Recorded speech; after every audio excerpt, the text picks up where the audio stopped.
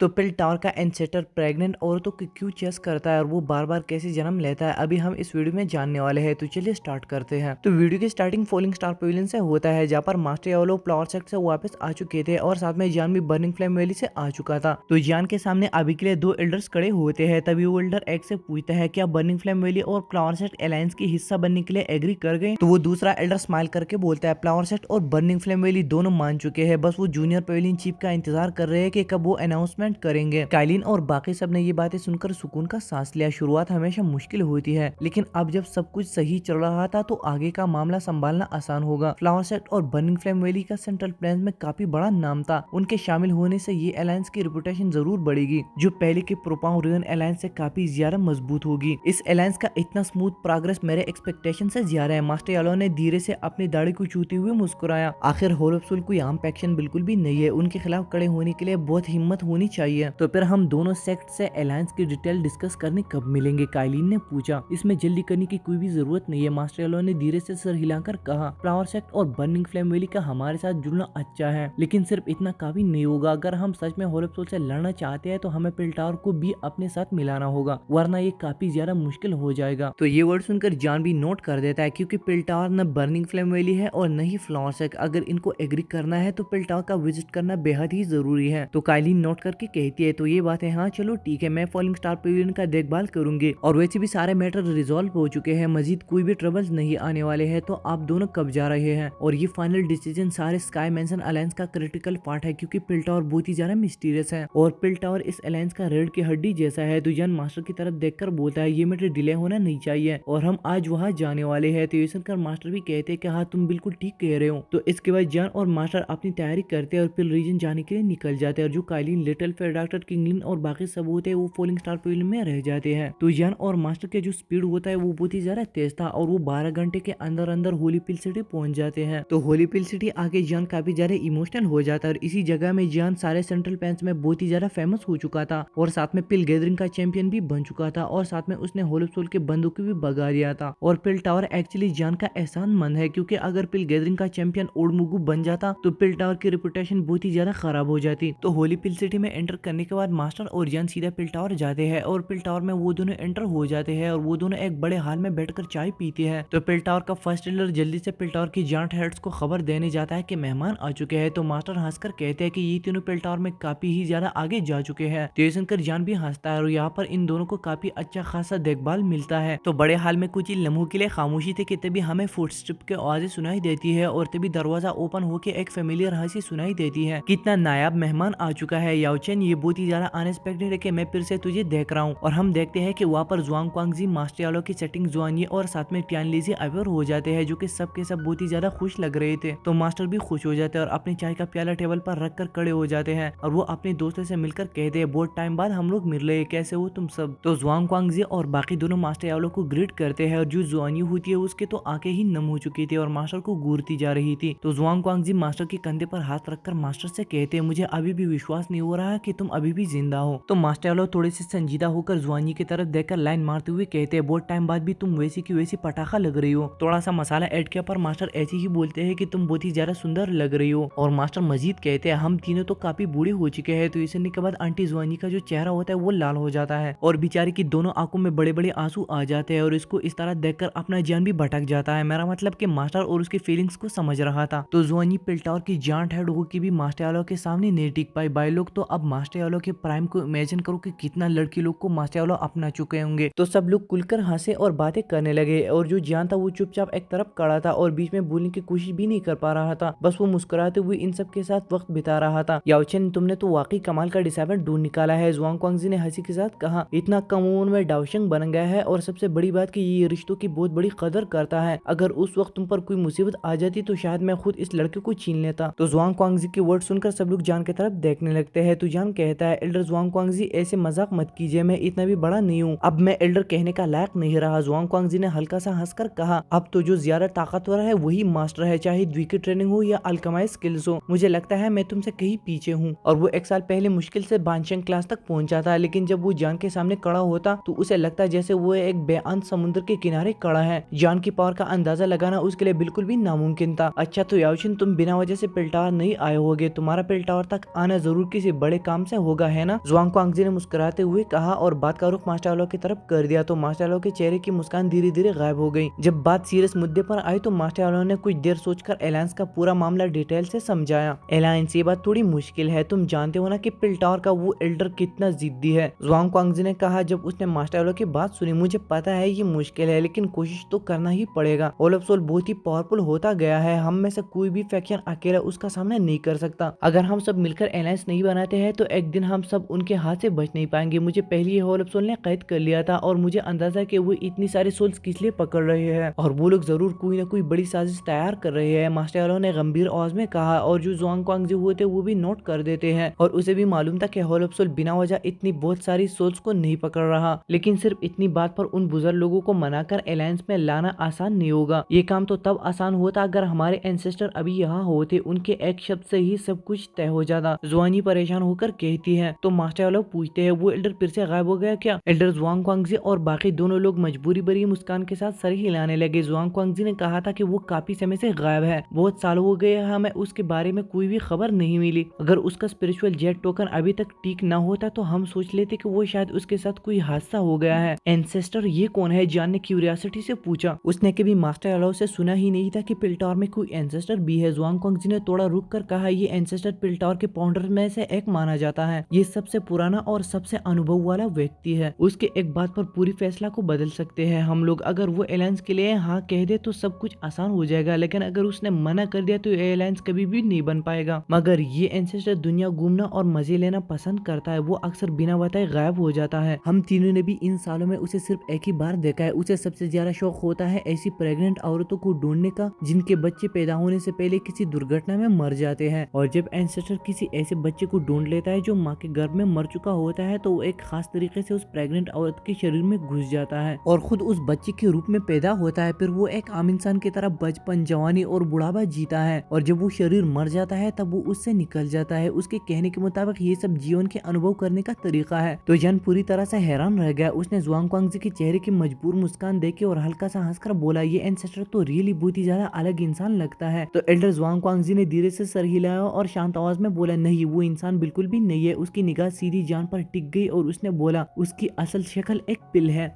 तो ये वर्ड सुनकर जान शौक हो जाता और वो कहता है वो इंसान नहीं है। और जान का जिस्म एकदम से कांप गया, जैसे उसकी स्किन अंदर से पट रही हो। उसके होठों का कोना हल्का सा हिल गया और काफी देर तक वो चुप रहा। फिर धीरे से अपनी आवाज दबाकर बोला एक लेजेंडरी डीटीयर पिल। हर वो पिल जो 9 कलर पिल लाइटिंग का सामना करती है उसके अंदर थोड़ी सी इंटेलिजेंट पैदा हो जाती है, लेकिन ज्यादातर पिल्स बीस्ट के रूप में पैदा होते हैं। कुछ रेयर या 9 पिल्स ऐसी भी होते हैं जो इंसानी शक्ल ले सकते हैं और कुछ तो ट्रेनिंग भी कर सकते हैं। लेकिन जान ने ऐसी पिल्स के बारे में सिर्फ पुरानी किताबों में ही पढ़ा था और कभी देखा नहीं था। तो इसके बाद ये वीडियो पे होती है खत्म। अगर पसंद आती तो प्लीज लाइक कर देना, साथ में अगर आप चैनल पर पहली बार आए तो सब्सक्राइब कीजिए। मिलते हैं नेक्स्ट वाली वीडियो में, तब तक आप अपना बहुत बहुत ख्याल रखें। Thank you so much.